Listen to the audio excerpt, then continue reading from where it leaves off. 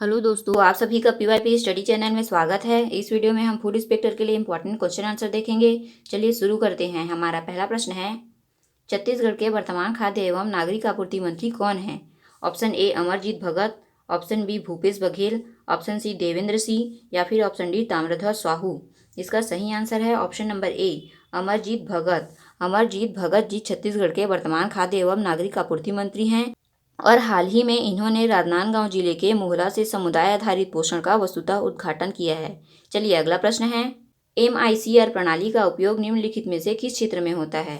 Option A bank, option B hotel, option C park या फिर option D अस्पताल। इसका सही आंसर है ऑप्शन नंबर ए बैंक।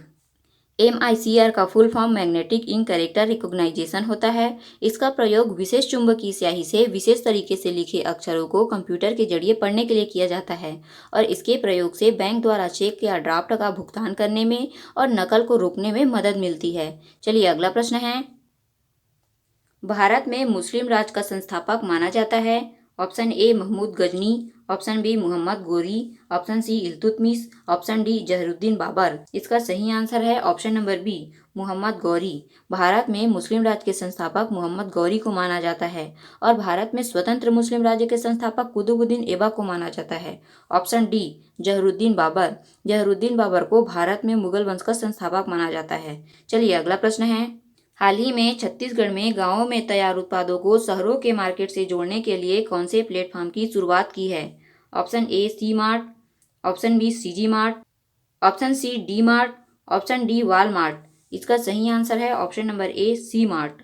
हाल ही में मुख्यमंत्री भूपेश बघेल जी ने ग्रामीण अर्थव्यवस्था के तेजी से विकास के लिए गांवों में तैयार उत्पादों को शहरों के मार्केट से जोड़ने की नई पहल को करते हुए शहरों में आधुनिक शोरूम की तरह सी मार्ट स्थापित करने हेतु उद्योग विभाग को निर्देश दिया था और अभी कुछ जिलों में सी मार्ट ओपन भी किया जा चुका है। चलिए अगला प्रश्न है, हाल ही में छत्तीसगढ़ राज्य आयोग का 14वां स्थापना दिवस कब मनाया गया?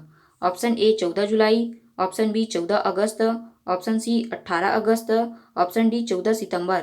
इसका सही आंसर है ऑप्शन नंबर बी 14 अगस्त।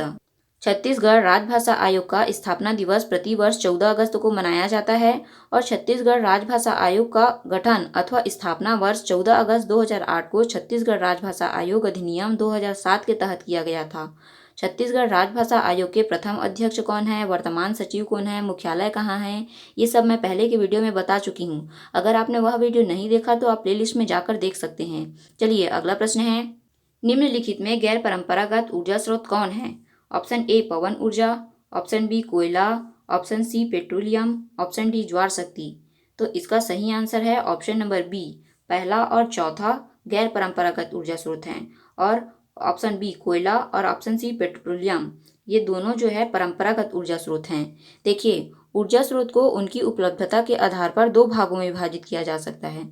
एक है परंपरागत ऊर्जा स्रोत, दूसरा गैर परंपरागत ऊर्जा स्रोत। परंपरागत ऊर्जा स्रोत आसानी से उपलब्ध होते हैं एवं एक लंबे समय से प्रयोग में लाए जा रहे हैं, जबकि गैर परंपरागत ऊर्जा स्रोत सामान्य रूप से व्यवहार में लाए जाने वाले ऊर्जा स्रोतों के अतिरिक्त ऊर्जा स्रोत होते हैं।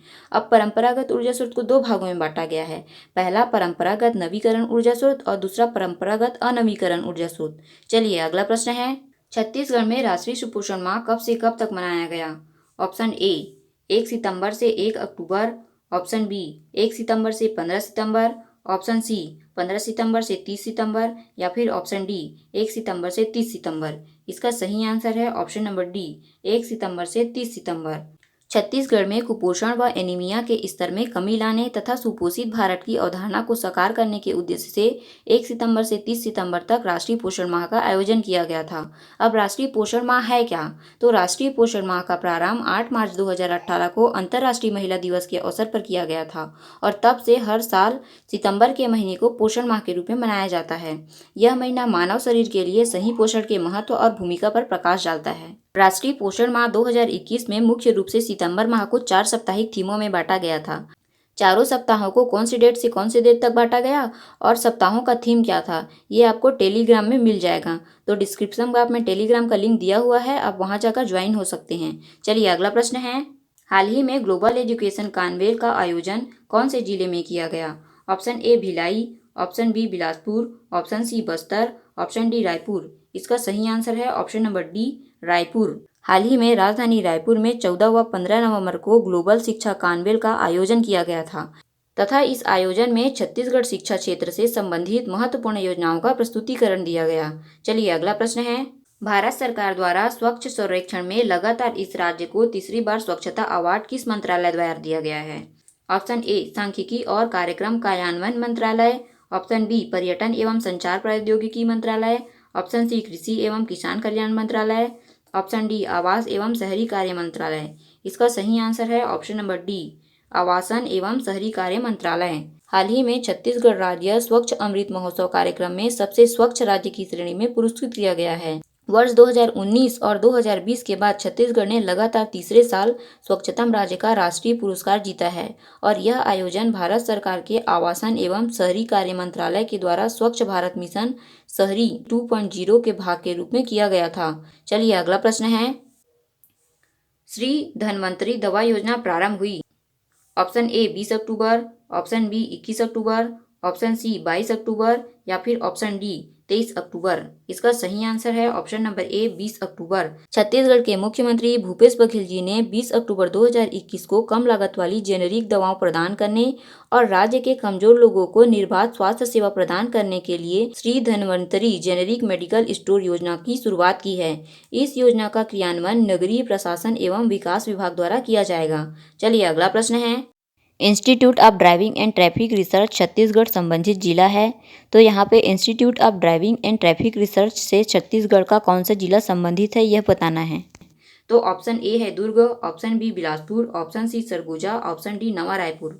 इसका सही आंसर है option number D Nava Raipur. चलिए अगला प्रश्न है, छत्तीसगढ़ में 1920 में हुए कंडेल नहर सत्याग्रह के नेता थे। Option A Pandit Sundarlal Sharma, option B Pandit Madhavrao Sapre, option C Narayan Rao Meghawale, option D Chhotelal Shrivastava. सही आंसर है option number D A, C एवं डी। छत्तीसगढ़ में 1920 में हुए कंडेल नहर सत्याग्रह के नेतृत्वकर्ता पंडित सुंदरलाल शर्मा, नारायण राव मेघावाले और छोटेलाल श्रीवास्तव थे। तो इसका सही आंसर हो जाएगा option number D A, C एवं डी। चलिए अगला प्रश्न है, केंद्रीय बजट 2022-23 के अंतर्गत राजकोषीय घाटा अनुमानित है। Option A 6.8%, option B 6.4%, option C 6.2%, option D 5.8%। इसका सही आंसर है ऑप्शन नंबर बी 6.4%। चलिए अगला प्रश्न है, राष्ट्रीय खाद्य सुरक्षा अधिनियम 2013 के किस अध्याय में शिकायत निवारण तंत्र का उल्लेख है? ऑप्शन ए अध्याय 5, ऑप्शन बी अध्याय 7, ऑप्शन सी अध्याय 9, ऑप्शन डी अध्याय 11। इसका सही आंसर है ऑप्शन नंबर बी अध्याय 7। चलिए अगला प्रश्न है, हाल ही में हड़प्पा काल के किस शहर को यूनेस्को की विश्व धरोहर सूची में शामिल किया गया है? Option A Rakhigarhi, option B Dholavira, option C Kalibangan, option D Banawali. इसका सही आंसर है ऑप्शन नंबर बी धौलावीरा। चलिए अगला प्रश्न है, सप्तपर्णी गुफा स्थित है। ऑप्शन ए सांची में, ऑप्शन बी नालंदा में, ऑप्शन सी पावापुरी में, ऑप्शन डी राजगृह में। इसका सही आंसर है ऑप्शन नंबर डी राजगृह में। सप्तपर्णी गुफा राजगृह में स्थित है और गौतम बुद्ध की मृत्यु के तत्काल बाद प्रथम बौद्ध संगीति इसी राजगृह की सप्तपर्णी गुफा में हुई थी। चलिए अगला प्रश्न है, विजयनगर का प्रसिद्ध हजारा मंदिर किसके शासनकाल में निर्मित हुआ था? Option A Krishnadevaraya, option B Devaraya प्रथम, ऑप्शन बी देवराय द्वितीय, ऑप्शन डी हरिहर प्रथम। इसका सही आंसर है option number A Krishnadevaraya. Vijayanagara का प्रसिद्ध हजारा मंदिर कृष्णदेवराय के शासनकाल में निर्मित हुआ था। चलिए अगला प्रश्न है, निम्नलिखित में कौन सा युग्म सही सुमेलित नहीं है? ऑप्शन ए दिल्ली षड्यंत्र case Amirchand, option B Kakori षड्यंत्र case Ashfaq Ullah, option C Lahore षड्यंत्र case Jatin Das, option D Nashik षड्यंत्र केस रासबिहारी बोस। तो इसका सही आंसर है ऑप्शन नंबर डी नासिक षड्यंत्र केस रासबिहारी बोस सुमेलित नहीं है।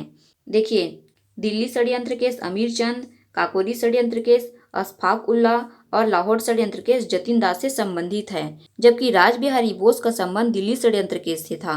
वे गिरफ्तारी से बचने के लिए जापान चले गए थे। तो यहाँ पे इसका सही आंसर हो जाएगा ऑप्शन नंबर डी। चलिए अगला प्रश्न है, 5 मार्च 1931 को निम्न में से कौन सा समझौता हुआ? ऑप्शन ए इमर्सन गांधी समझौता, ऑप्शन बी हैले गांधी समझौता, ऑप्शन सी इरविन गांधी समझौता, ऑप्शन डी गांधी साइमन समझौता।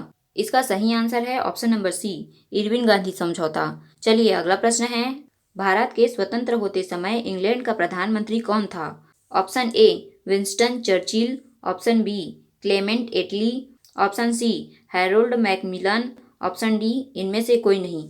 इसका सही आंसर है option number B Clement Attlee. Bharat की स्वतंत्रता के समय इंग्लैंड के प्रधानमंत्री क्लेमेंट आर एटली थे। इनका कार्यकाल 1945 से 1951 तक था।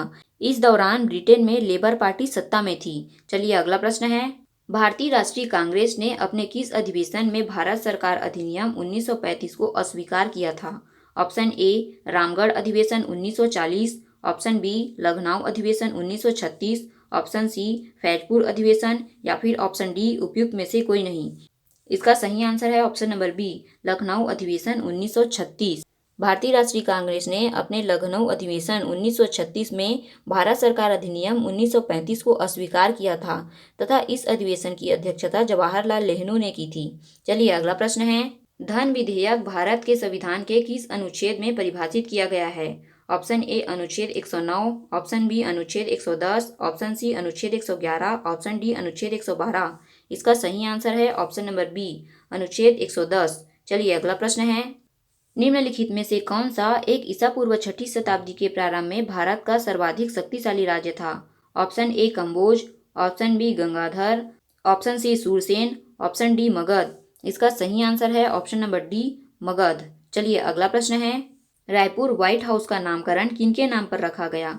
Option A Rajiv Gandhi, option B Subhash Chandra Bose, option C Mahatma Gandhi, option D Atal Bihari Vajpayee. इसका सही आंसर है option number C Mahatma Gandhi. चलिए अगला प्रश्न है, कंप्यूटर भाषा फोरट्रान किस क्षेत्र में उपयोगी है?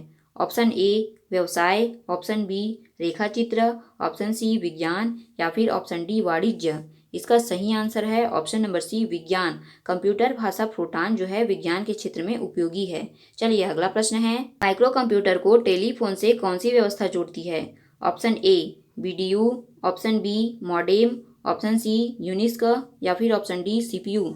इसका सही आंसर है ऑप्शन नंबर बी मॉडेम। तो इस वीडियो में बस इतना ही। अगर आपको यह वीडियो अच्छा लगा तो इसे लाइक व शेयर जरूर कीजिए तथा चैनल को सब्सक्राइब कीजिए। Thank you for watching video. धन्यवाद।